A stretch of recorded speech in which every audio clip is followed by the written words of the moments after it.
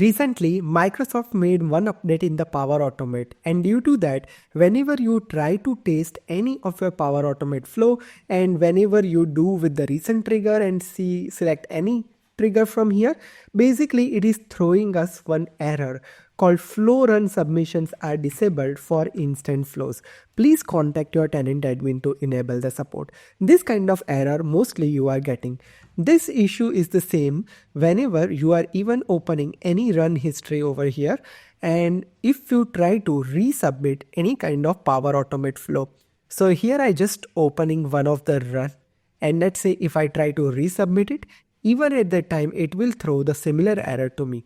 Now, how to avoid that? Because this is the recent feature which is rolled out by Microsoft, and one of the setting is enabled by default at the admin center level. This is very frustrating, isn't it? Because it's a very base functionality, and to test out the flow and all, this is very basic necessary feature. I don't know why they have completely blocked this. Now, to resolve this error, there is only one method that you need to run PowerShell for that. And for that you require Power Platform Admin Center access. Now remember one thing, to execute the PowerShell command, the Power Platform CMD let to be installed inside your PowerShell. Now, how to do that installment, I'm not going to talk about that, but I'm going to show you one reference link using which you can simply install the PowerShell. So this is the reference link using which you can install the PowerShell for Power Platform Admin Center. Okay, so basically it's just a matter that you need to open your PowerShell in your computer, and probably you can check the PowerShell version first, and probably some sort of prerequisite is required to have the .NET framework and PowerShell 6.0, and then you can start running the Windows PowerShell and just install the module for the Power Platform. So this is the first module you need to install, and maybe if you already installed the PowerShell, you just need to update your PowerShell module using this one. Okay, so this is the thing you need to do it. Now here I already did this process already, so I'm just skipping this part, but this link is available in the description box, so do check it out and install your PowerShell as a part of prerequisite. Okay, so now what I'm doing right now is simply opening my Windows PowerShell over here. So I'm just opening my PowerShell in administrator mode over here for myself. So I'm just opening my PowerShell on the screen, and this is how my Windows PowerShell looks like. Okay, let me just make it big over here like this way. Okay, now what I need to do, I need to execute couple of commands over there in order to proceed with that. So I have opened my Windows PowerShell as an administrator mode. The first command that we need to execute over here is add PowerApps account endpoint prod, and here you just need to provide the tenant ID.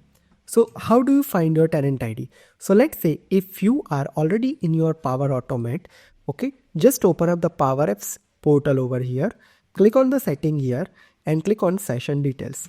From this session details, you will be able to find your tenant ID. So here it is. Let me copy this tenant ID from here, and let me first provide it inside my PowerShell over here. Let's hit enter. So basically it will ask you for the authentication. So here you just need to enter your username and password over here for that account. So I'm just trying to enter my username and password over here. As soon as you enter the correct password, it will showing you this kind of prompt. Now here you just execute one command called get tenant setting.